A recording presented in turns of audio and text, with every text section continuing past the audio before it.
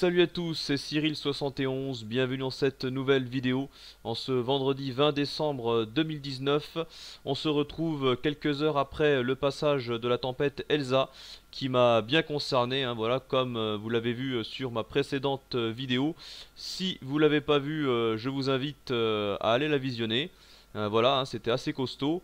Et maintenant, c'est la tempête Fabien. Dernière tempête, hein, je vous rassure. Ensuite, c'est fini à partir de Noël pour une longue période, je pense, hein. On en aura vraiment terminé avec les fortes pluies et les tempêtes. Mais cette dernière dépression tempétueuse, donc nommée Fabien, et comme vous pouvez la voir ici, hein, sur les cartes des isobars actualisées une fois par heure, hein, sur cette carte ici, hein, sur pression atmosphérique au niveau de l'Atlantique Nord, hein, je vais vous mettre le lien en description.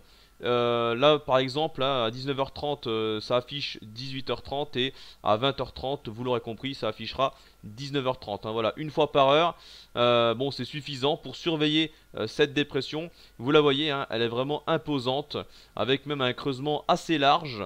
Mais son creusement principal semble se situer ici, hein, à gauche, hein, donc à l'ouest, avec 970 hectopascales. On distingue à peine d'ailleurs les 970 ici, et des isobars très resserrés au niveau sud-ouest de son creusement, mais un creusement donc assez large.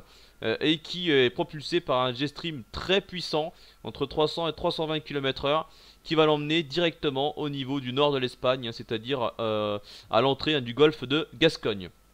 Donc, je vais pas vous montrer les rafales de vent prévues ce soir par les modèles, car il y a encore quelques divergences, notamment entre les modèles européens et américains, comme souvent d'ailleurs, hein. Alors, certains modèles donc sont... Ah, ce qui est sûr et certain, c'est au niveau du sud-ouest, hein. Il n'y a pas de doute là-dessus. Au niveau de toutes les régions du sud-ouest, l'Aquitaine, le Midi toulousain, en direction du golfe du Lion et donc de la Méditerranée, on attend entre 130 et 140 km/h sur les caps les plus exposés, et de 100 à 110 km/h à l'intérieur des terres. Voilà, hein, tout le quart sud-ouest quasiment jusqu'au niveau du sud du Massif central, alors que sur les autres régions, hein, ça sera plutôt autour des 90 à 100 km/h sur les côtes entre la Vendée et le Finistère. Et à l'intérieur des terres, on sera plutôt entre 60 et 70 km/h sur le centre-ouest par exemple, et même sur une large bande centrale. Mais sur ces mêmes régions-là, à l'intérieur des terres, du centre-ouest et cette large bande centrale du pays, certains modèles comme GFS et certains modèles américains du coup voient des rafales beaucoup plus fortes, jusqu'à 90 km/h possible. Du coup, divergence, hein, pour ces régions-là. Voilà, on ne sait pas, est-ce que ça sera 60 km/h, 90 km/h, il y a quand même une marge assez importante. On reviendra demain matin, hein, du coup je vous ferai un point je pense là pour finir, hein. Je ne pourrai pas demain après-midi, mais demain matin je vous ferai ce nouveau point. Alors pour le sud-ouest, hein, par contre c'est certain, ça va être une violente tempête.